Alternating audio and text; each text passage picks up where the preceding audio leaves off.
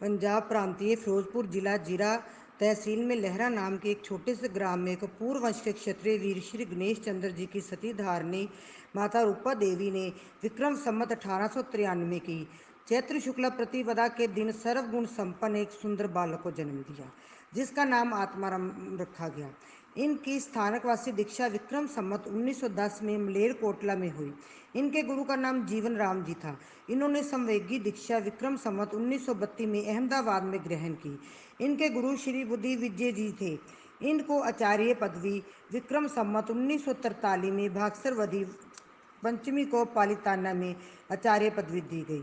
शास्त्र अध्ययन के बाद इनका मूर्ति पूजा में दृढ़ विश्वास हो गया और लगभग 7,000 श्रावकों को मूर्ति पूजक बनाया। अमेरिका में जब धर्म सम्मेलन हुआ तो उस समय इन्होंने वीर चंद्र राघव गांधी बैरिस्टर को अपना प्रतिनिधि बना के भेजा। अम्बाला के इस प्रतिष्ठा महोत्सव में एक बड़ी विचित्र घटना का दृश्य उपस्थित हुआ। सुबह रथ यात्रा प्रभु की सवारी निकलने वाली थी, उसके लिए सारी तैयारियां की जा रही थी। शाम के 4 बजे के करीब क्या देखते हैं, आकाश में चारों तरफ काले बादलों की घनघोर घटाएं छाई गई।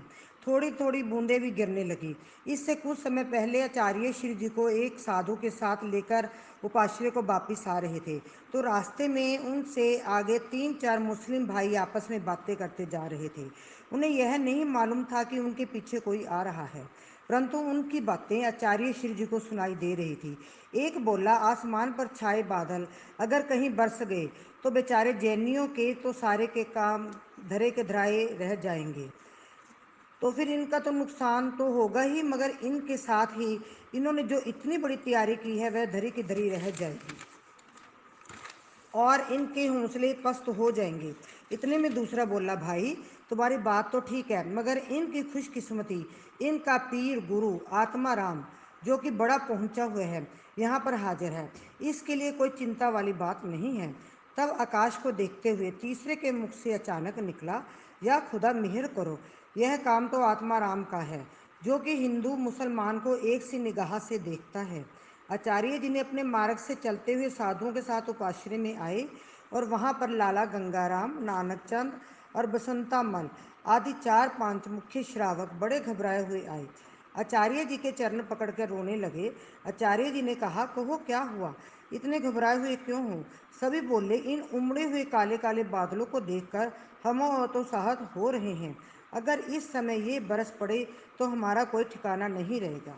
आचार्य जी हंसकर बोले,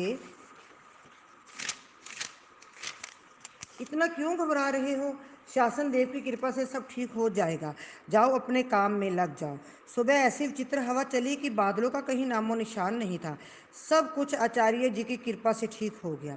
ऐसा चमत्कार था। उनका अंतिम चौमासा अम्बाला शहर में हुआ।